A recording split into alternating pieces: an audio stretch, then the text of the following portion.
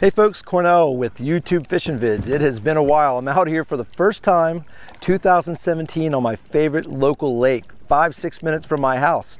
And it's a warm day. I've got Saturday, I've got 75 degrees after one of the most psycho crazy March months of any year I can remember, going from crazy weather in February. We had awesome 70s and some almost 80-degree days in February, and then it dropped straight down to the freezing cold and even threw down a last-minute snowstorm for 2017 in March. So past few days, past few weeks, we've had freezing nights, but here I am on a warm, beautiful day with water temperatures right around 51, 52 degrees. And better late than never, mystery tackle box. We've got the pro box for the month of March ready to roll. So let me go ahead and break this out. I'm promising myself I'm not fishing anything else but what's in this box today, because I don't think I've ever seen a mystery tackle box come so perfectly loaded with the kind of things that I need for my local lake, considering the forage that I'm dealing with out here. As I've said many times in the past, there are no shad in this lake. We're dealing with yellow perch, bluegill, crappie, all kinds of different kinds of minnows and things like that, and crayfish. So when I break this mystery tackle box open, you're going to see a load of what I call the reservoir tackle. So this is one of my favorite boxes ever. So I'm going to start with the little tab here that tells me what I'm dealing with. And the very first one coming out of the box is the Copper's Live Target Crawfish. This one's actually called the Crawfish Crank. So let's pop this one open. This is almost like a translucent brown. It's like a square bill, but it's a little deeper bill. It's a 6 to 8 foot diver. So let's open this up and take a look at this beautiful live target. And we know how detailed live targets are, but look at the eyes and craws on that crayfish. Translucent, like I said, you can actually see light through it. So in super clear water, that's as finessey as you can get when it comes to a crawfish pattern. And like I said, the bill is somewhat rounded off, so we're going to get good deflection. Obviously, we're going to bounce that off the wood, and we're going to bounce that off of rocks and go for that reaction bite. So there's the live target. That one retails for $12.49. So Hunt for Center Crawfish Crank by Live Target. All right, next one coming out of the box, we've got the Quake 6 Cents Lures. The Quake is a big old lipless crankbait. Look at the size of this thing, and again, check out the pattern of the one I got in my box. So that's the Bluegill Fire. So the Bluegill Fire is coming out of the box. Let's break this one open. This is a little bit bigger than the average 3/4 ounce. This is a 7/8 of an ounce sinking lipless crankbait. All right, let's break this one open. Check this beauty out. Look at the detail on that lipless crank and the size. That's a hefty bait with, looks like mustad triple grips on there. So that's a hefty bluegill pattern baits. That's one of the ones I'm going to do a stop and go. I'm going to do a lift and drop, a little yo-yo action. Beautiful orange belly. So there's my lipless crankbait in a bluegill pattern by 6 Cents Lures. Hardcore, beautiful rattle to it. So let's see what we can do with that. All right, next bait coming out of the box, Project Z Shroom Micro Finesse Jig. Guys, folks, I'm telling you, everyone's getting wild and crazy about the Ned rig, and the Ned rig has got a big brother. And when it comes to Project Z Shroom Micro Head, just like those Ned rig shroom heads that you've seen me work on my Ned rigs in the past, now I've got the skirted Ned rig shroom head. They come in at 1/8 ounce and a 3/16. This is perfect. I've got a 3/16 ounce with a little bit of silicone skirt action there. That's 3/16 is going to give me a little faster fall rate. But let me just open one of these up and show you how pretty these things are. Again, bluegill in my lake, and look at what it'd be a good bluegill pattern. Green pumpkin, a little bit of browns, a little bit of blues in there. But there's the shroom head with a skirt, 3/16 of an ounce with a wire weed guard. So there we go. That's my shroom head. And to match up with that shroom head by Z-Man is the Krusty Z-Man Elastic 10x Krusty's Pond Scum color. Look at this itty bitty little crayfish. These little crayfish are just crawling out of the rocks, just starting to crawl out of the mud and come out into the warmer water. Look at that little baby. Is that not a little morsel that's going to be paired up perfectly with that little jig? So I can't imagine those two in combination with that little floating Z-Man Elastic material. This little guy is going to stick his claws up and put himself in a defensive posture and hopefully entice some of these clear water reservoir bass of mine to bite. All right, let's see what we have going on here. What's next? This is a loaded box, folks. This is absolutely perfect. I'm really excited about fishing this box today. All right, Baby Mad Packa. Again, crayfish. Here's my crayfish imitator. This is the net bait. This is Baby Mad Packa in a full-blown green pumpkin. Who can't love a green pumpkin? If you're gonna fish anything, when it comes to bass, you fish that green pumpkin. And there is what net bait has done in response to the Zoom brush hog. So this is a really cool looking piece. Just break those little tails off. You got 2 little flappers in green pumpkin. There's gonna be my crawfish imitator. Obviously, I'm gonna Texas rig that today, so I'm gonna Texas rig that routine and get that all rigged up and crawl that across the bottom, imitating some crayfish. And last but not least, folks, I got a little bit of breeze out here. This is gonna be absolutely awesome. Just a classic double willow blade 3/8 ounce premium spinnerbait by Jenko Fishing. So this is a beautiful double willow blade spinnerbait. So I've got a chrome big blade and a gold little blade. Let's open it up, get a closer look. And I've got all the tackle, all the gear, everything is perfectly set up on this little Pelican bass Raider of mine to work this arsenal of tackle. Look at the long skirt on that. No trailer required on that one. That's going to flare. Look at that thing. So pretty little head on it. There's my 3/8 ounce. What do they call this again? That's the Jenko Fishing premium spinnerbait. Guys, we are loaded for bear. I've got everything I could ever want in this one box for the mystery tackle box for the month of March. I'm ready to load up, gear up, and I'm going to get out in a small pocket. It doesn't look like it. I put myself in a quiet little spot here. This is probably the most crowded I have ever seen my local lake since I've been fishing here, and it's been a long time since I've been fishing here. The parking lot was loaded. I'm in a small pocket, but back in the back and around the bends, there are boats everywhere. So I'm going to find myself a nice quiet spot. I'm going to fish off the main lake and off some of the main lake points and try and find some of these fish. So you just stay tuned. Let's see how we do with Mystery Tackle Box Pro Box for the month of March. Okay, folks, so I've made it out to my first spot. I'm out here off a point. I know this point has been fished today because there's so many guys out here, but I'm in the mid-afternoon or so. A lot of the folks that come out on a beautiful Saturday like this are fishing in the morning, and they're out of here by about 1 o'clock, 2. So I'm fishing in the afternoon, and a lot of these areas have cleared out. So I know they've been beat up a little bit. I know they've probably been dragging and throwing all kinds of stuff up here. So I'm gonna go ahead and throw something finessey. I'm gonna get that little shroom head jig by Z-Man Lures out there, and I'm just gonna give you another little close-up of this lure. It's got a great little keeper and 2 wire brush guards. So tied on to a 6'8" medium light. That's the Drop Shot Special by Luz. That's 10-pound test braid with a 6-pound test leader. So it's all hooked up with the Krusty's little craw trailer, but I wanted to show you how that's hooked up. So check it out. Here's one that's not tied on. There's the keeper, and with that real sharp little keeper, that elastic material is actually pierced as it's pushed up and on, and this guy is not coming off. So that is a ultra super solid finesse jig that I'm going to throw out here on this really heavily pressured lake and very clear lake for a little pre-spawn action. So stay tuned. Let's see if we can get one of these guys to grab on. All right, here's the first cast 2017 on my local lake. I'm going to fish this finesse jig exactly the way I'd fish a Ned rig. I'm going to basically keep it perfectly still, let that elastic material, let those little claws float up off the bottom, let that skirt just pulse in place with a little bit of the water motion, and just a tiny little tap of the rod tip just to give it a little bit of action. And then I'm going to do a slow drag, super slow drag. I'm barely going to move it a few inches at a time. Water temperature is still 51, 52 degrees. We just came out of a major cold blast, so these fish are just getting excited about the warm-up, so we can't expect too much from them, so we got to finesse them up a little bit. An important reason why I'm using a medium light action rod is that these shroom heads are virtually identical to the shroom heads you'd be using on your Ned rigs that Z-Man makes. So a medium light action rod is going to give you a good cushion so you're not straightening that hook out on a big fish. Be sure you're setting your drag reasonably light, not crazy light, with the same type of situation. You don't have too tight a drag with 6-pound test leader. You don't want to be breaking off any potentially big fish. And it is a CI4 Stratic 2500 series reel that I'm using, so real smooth drag, and drag with these finesse routines and light line is crucial. Okay, so I've worked a couple points with this finesse jig, and I've got a lot of really great opportunity around me to continue fishing this finesse jig.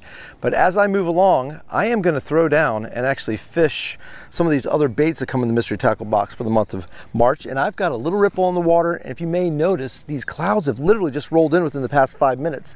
So I've got a kind of a dull, drab, darkening sky, which actually plays in perfectly to this muted, matted, beautifully patterned bluegill lipless crankbait. So I'm in an area that I know is productive this time of year for a lipless crankbait, and this color pattern is absolutely awesome. So I'm going to go throw down on that. I've got that rigged up on a St. Croix 7-foot medium power fast action casting rod, and I've got 15-pound test with a Luz reel, a high-speed reel, and I'm going to just do a reel in, pause, and I'm also going to let it sink to the bottom, do some yo-yoing. So let's go ahead and see if we can pick up an aggressive fish on some power fishing, and then we'll move back to some finesse, and then maybe I'll throw some Texas rigged baits into these piles of wood on the bank and go from there. So boat positioning on these points is real crucial. I've got a point right here that I'm going to work, and up to 0, down into about 15 feet of water. So it slopes out perfectly. I'm going to throw this lipless crankbait all across the point, fan cast, and cover all edges and all angles. So let's see what happens.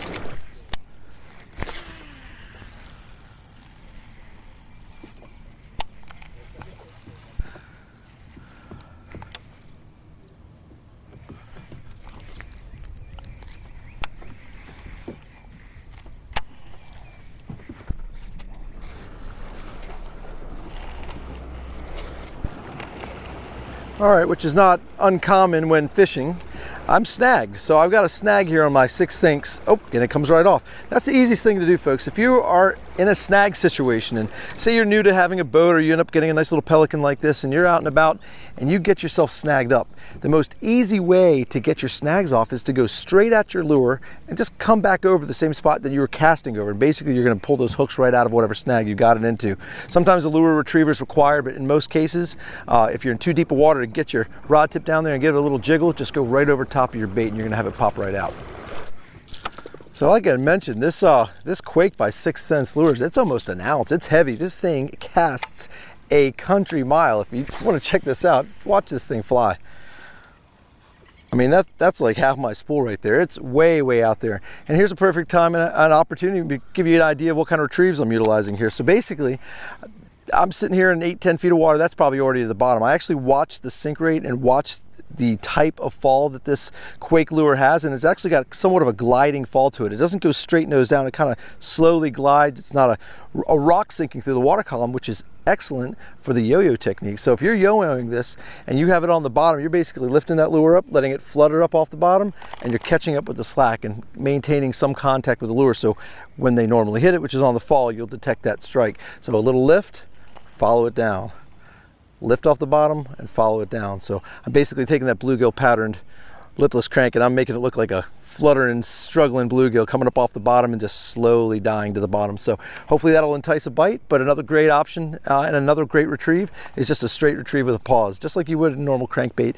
You'd probably want to let that drop no more than a couple feet under the surface, depending on the water depth, and maybe if you're lucky enough to have a depth finder and can see where the fish are holding, you're basically going to get that out there, let it drop a couple feet, and it's just a simple stop and go. Just like a crankbait, a stop and go. Basically that lipless crank is cruising through the water, you kill it, whoop, a couple flutters down, bring it back again, flutter down, and let it come back again. So basically just a reel and stop, a reel and stop, and hopefully they'll whack it. Okay, so I've gone to two pretty major extremes here. Almost a 1 ounce lipless crankbait as this wind started blowing. As you notice, the wind has started to die down a little bit. So I went from a little finesse jig to a heavy duty, big old lipless crankbait. I'm gonna kind of go in between now. I'm gonna stick with the power fish and try and do some, search baiting, basically search the water column and see what I can do. So here's my 6'8" diving crankbait by Live Target. Okay, so we're gonna get this one out there, a little more translucent color. Great color if it was a little bit sunnier in this calm water and this clear water. It might be a little bit better, but with this cloud cover, and now with what you see in front of me here, I got a lot of wood. I got a lot of hard cover to bounce this squarish type bill off of, and I know I'm casting up into about 2 feet, dropping back down into what is perfect, 8.5 feet, 6 to 8 foot diver. I'm gonna be banging into stuff all over the place over here. So here we go with a Live Target. Let's see if we can pick up any fish.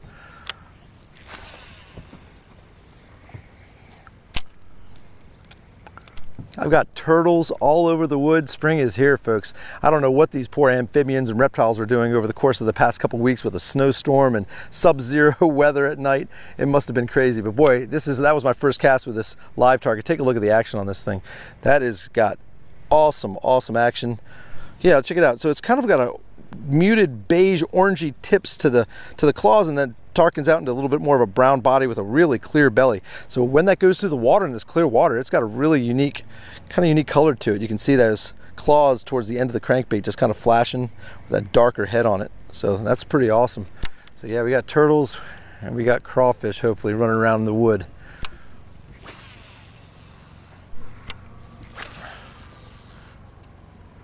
So I'm throwing this on a medium heavy moderate action 7 foot. Oop, is that a fish? Guys, I think I might have my first bass, on my local lake, for 2017 if it stays on. After only 2 or 3 casts, check this out, there we go. The live target strikes, the little crankbait up in the wood. How's that? So I've been out here maybe 20 minutes on the finesse jig, 20 minutes on the lipless crank, and maybe about 3 casts on the crawfish pattern live target. How cool is that? That's my first itty bitty little dink, nothing crazy, but I am happy as I can be. So I don't know, half an hour's worth of fishing. So there's my first fish on the 3rd lure out of the mystery tackle box in about maybe barely 40 minutes worth of fishing. And what I was just saying is, I don't even know what I was just saying because I got distracted with the fish. I may have been talking about the fact that I got a medium heavy moderate action crankbait rod with 12-pound test, and the fact that I'm using 12-pound test and not so heavy a cover right here. It's probably the perfect happy medium between a 10 and a 15-pound test line when you're trying to get the maximum depth out of a 6 to 8 foot diver. So a 12-pound test, throwing it up into 2 feet, dragging it into 8, that fish probably hit right in about 4 to 6 feet of water, which is exactly where this bait was probably bumping into some of the cover. And I did feel it here at a piece of wood, and as I was talking, I felt that little tick, and that fish grabbed it right on the deflection. So got a good reaction bite out of the live target. So let's throw it a couple more times, see if we can catch a couple more fish on this, and then maybe we'll move in a little bit shallower to that wood and that depth because we just found something out, and maybe I'll pitch that little net bait creature bait in there with the Texas rig. Might even throw that jig back up shallow and see what we can do. All right, so I gave the crankbait by live target, little crawfish pattern crankbait, a little bit more love, and I put it into some wood. Didn't pick up another bass, only fished it another 10 minutes or so, but I'm cruising around this point and there's sparse wood everywhere along this bank. I'm gonna go ahead and rig up the next bait out of the mystery tackle box, which is the net bait Mad Packa. I'm gonna do that little creature bait Texas rig, and I pitch into some wood now that we know, thanks to the live target crawfish, that there are some bass hopefully living up shallow for the next round of the evening. So let's see what I can do with that baby Mad Packa, rig it up on a Texas rig. All right, so I've already got my Texas rig set up. I've got a Zodiac 7.2 medium heavy.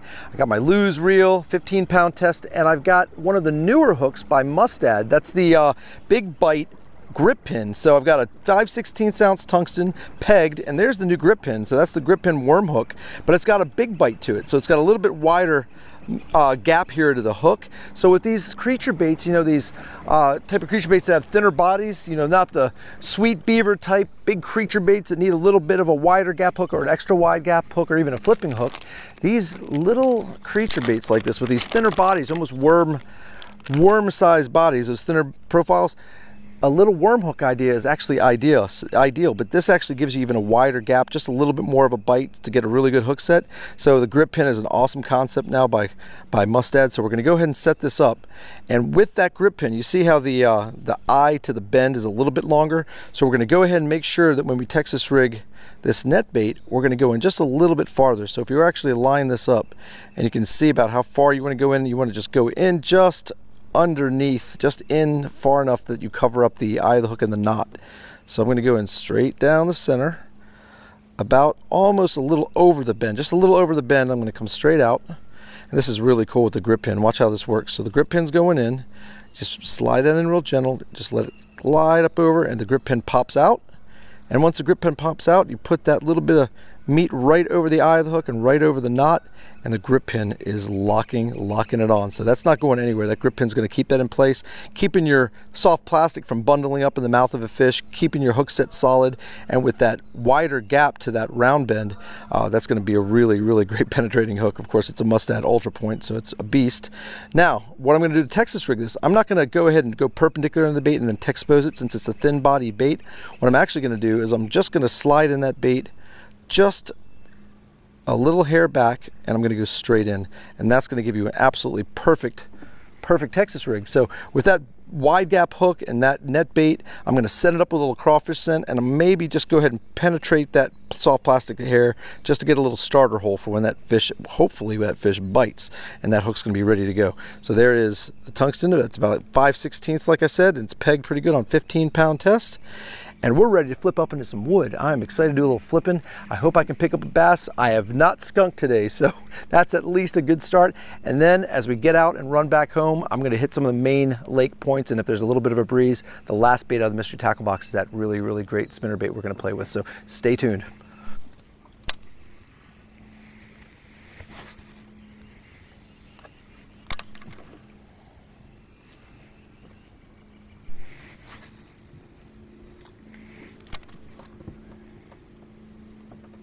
Okay folks, that's my last cast into the wood.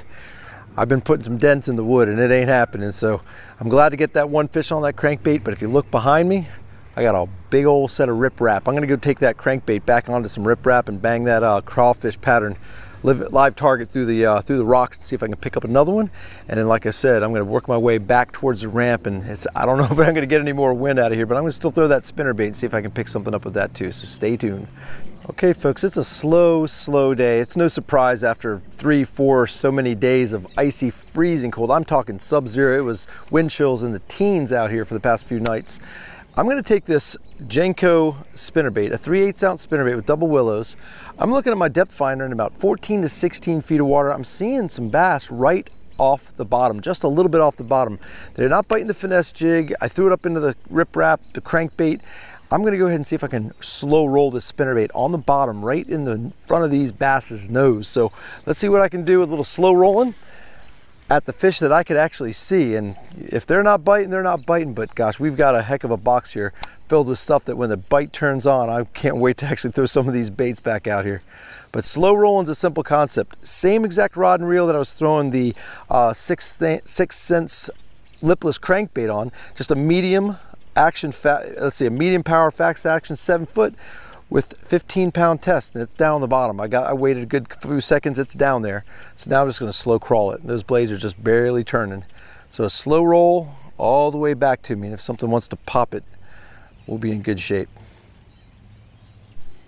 Slow rolling is a great pre-spawn technique when the fish are a little bit more lethargic, a cold front's come in, and you're basically just trying to put something right in front of their nose where they don't have to work too hard to get it. So slow rolling a spinnerbait this time of year can be awesome. Let's just hope it works.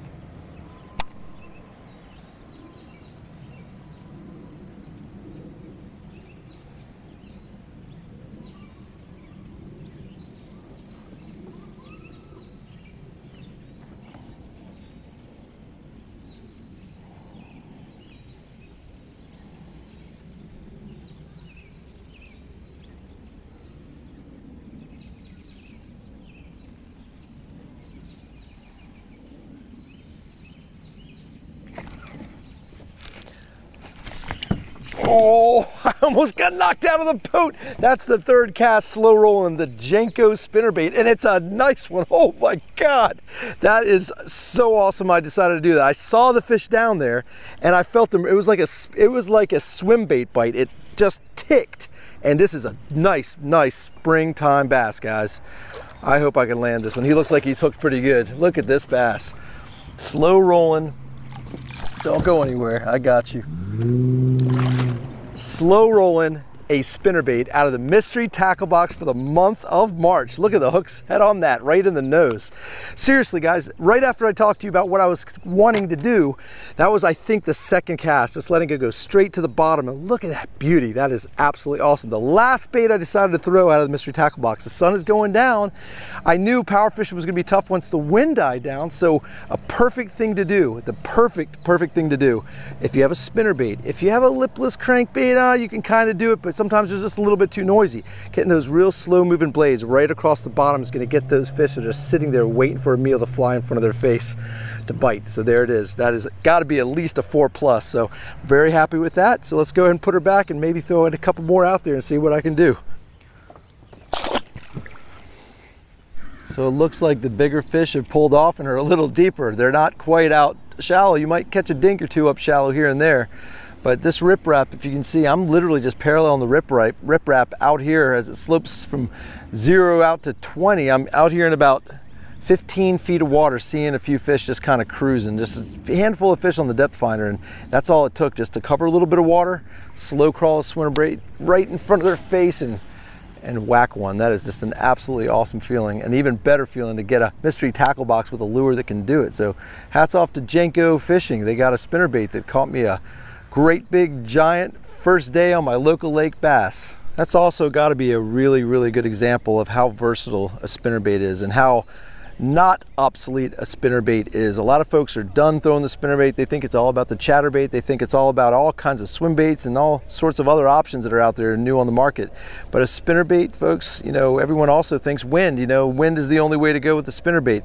But look how slick calm it is out here, guys. I just caught a 4+ pound bass on one of the most pressured lakes in Maryland.